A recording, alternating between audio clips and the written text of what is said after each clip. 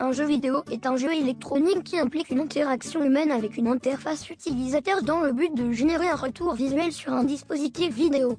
Le joueur de jeux vidéo dispose de périphériques pour agir sur le jeu et percevoir les conséquences de ses actes sur l'environnement virtuel. Le mot vidéo dans le jeu vidéo fait traditionnellement référence à un dispositif d'affichage de trame, mais à la suite de la vulgarisation du terme, il implique désormais tout type de dispositif d'affichage.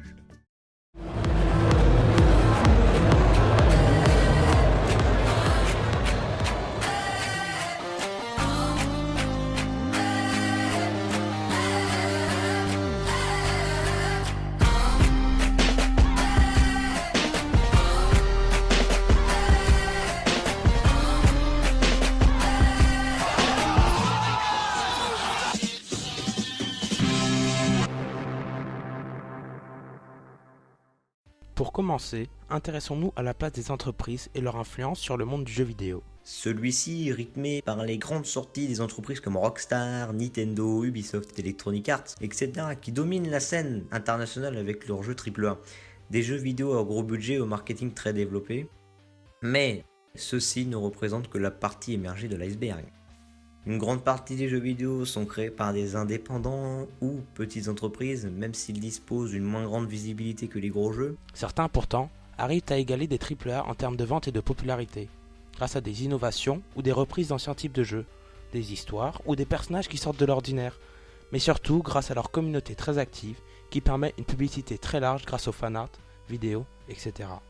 Minecraft est un exemple édifiant de jeu indépendant qui a bien marché tant il est devenu populaire et incontournable. C'est aussi le cas d'Undertale, développé par Toby Fox, qui s'est imposé aux côtés de deux blockbusters AAA lors de sa sortie en 2015, Assassin's Creed et The Witcher 3. Sa communauté est encore aujourd'hui très active sur internet et continue de rendre le jeu populaire. La popularité des jeux vidéo au XXIe siècle ne dépend donc plus comme avant des campagnes publicitaires et du marketing, mais aussi et surtout des fans et de leur activité pour assurer leur célébrité. C'est la raison pour laquelle les jeux indépendants ont de plus en plus de succès. Ils permettent de rassembler des gens et créer du renouveau. Que ce soit des jeux indépendants ou des jeux AAA, ces entreprises créent toutes des jeux de différents types.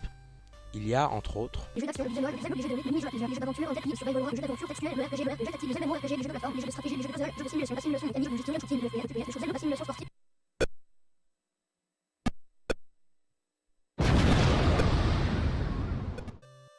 Comme nous l'avons vu, la liste est longue et pourtant ce n'est pas fini. Nous ne nous attarderons cependant pas sur le sujet, tant il est vaste. ces différents types de jeux jouent sur différents types de consoles.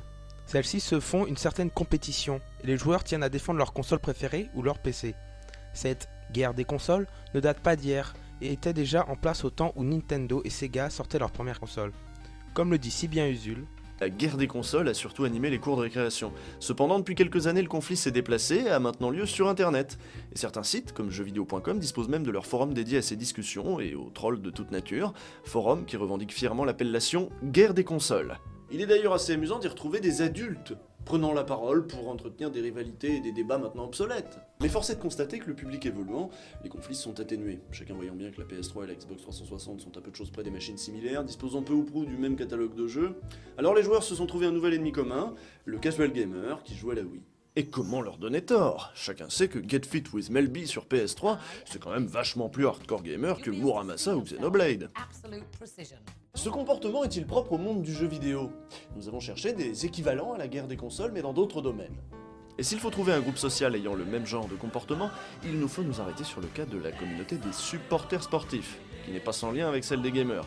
Ces derniers soutiennent une équipe pour des raisons d'identité au lieu de soutenir tel ou tel joueur à la faveur de ses performances.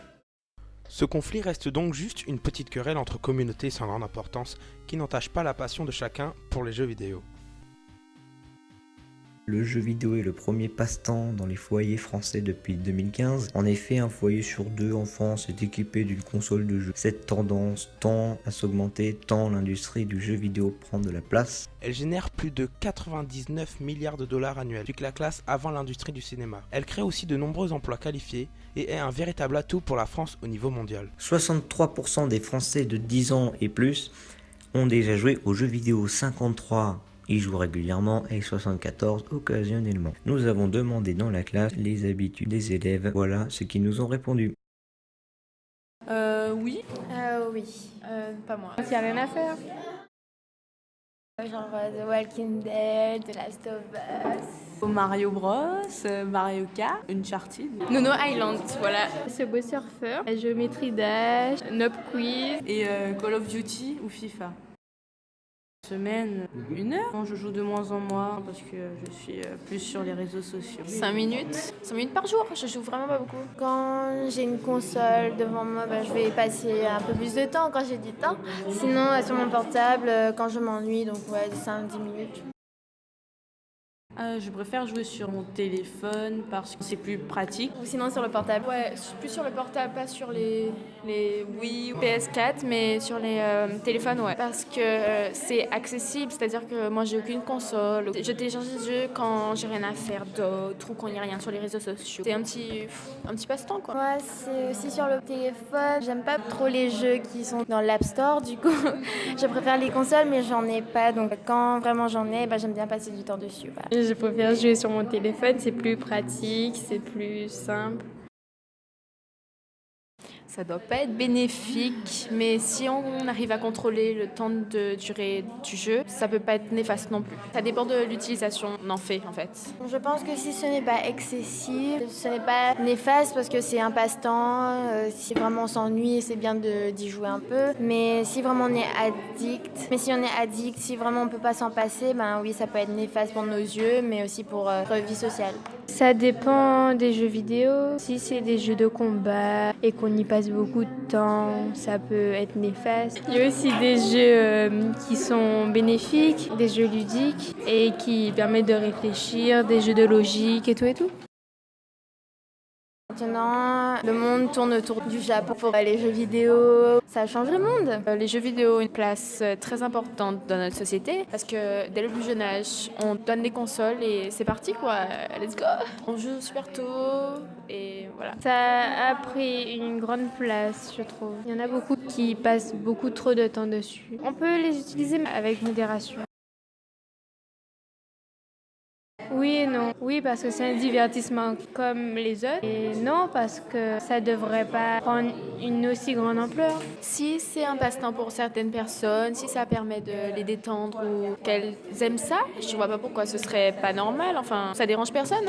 Je pense que les tournois pour les jeux vidéo, c'est un moyen de rencontrer de nouvelles personnes, de communiquer. J'aime bien les jeux vidéo avec en réalité virtuelle. Ils devraient vite développer ça. Ils ne sont pas forcément néfastes, sauf si on y joue trop longtemps, je pense. Bénéfique pour la santé, peut-être que oui, si c'est un moyen de divertissement. En tout cas, c'est pas un moyen de thérapie, selon moi. Ce qui est important, c'est de ne pas jouer trop longtemps. Je trouve que c'est une bonne chose, qu'il y ait une diversification des activités. On voit maintenant qu'il n'y a pas seulement les enfants ou les jeunes qui jouent aux jeux. Donc c'est un vrai phénomène de société. Il y a même des compétitions, donc je trouve que c'est plutôt bénéfique. Après, voilà. Il ne faut pas qu'il y ait des jeux trop violents, accessibles à des jeunes de moins de 18 ans. C'est un secteur économique comme un autre. Moi, je ne vois pas de problème au fait qu'il y ait des sommes astronomiques qui soient dépensées chaque année. À partir du moment où il y a des acheteurs, c'est un marché, voilà. Ça crée des emplois également, donc c'est bénéfique. Pour conclure, comme nous l'avons vu et entendu à travers les témoignages, le jeu vidéo prend une place importante dans notre société actuelle. Celui-ci voix critiquée par les médias. Qui voient les jeux vidéo de façon pathologique, et ça c'est très très clair. Et critique les MMORPG, MMMPORPG. Cependant, certains journalistes résistent encore et toujours à l'envahisseur qui cherche à décrédibiliser ce divertissement comme un autre. Un exemple vaut 1000 discours. Extrait. Ces sportifs de haut niveau, mais de la joystick, de la console, ont tous des qualités des grands athlètes. À savoir l'endurance, l'esprit d'équipe. Là, je parle d'un jeu en particulier, League of Legends.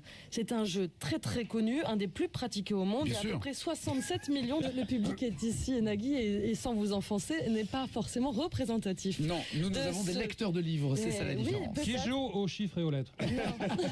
Personne. Les joueurs c'est juste la professionnels. tristesse de rien faire en fait. Mais pas du tout, Nagui. Si. Non, je pense qu'il faut voir ça un petit peu différemment. C'est un spectacle tel et si important qu'on estime... Je suis trop vieux, c'est ça pour comprendre maintenant ? Non, j'ai pas dit ça. Si, je l'ai vu dans votre regard. Non, j'ai pas dit ça, Nagui. Le jeu présente de nombreux avantages, comme l'amélioration des réflexes, de la réactivité, de la concentration, et permettent aussi de décompresser, ou au contraire, d'accroître sa compétitivité.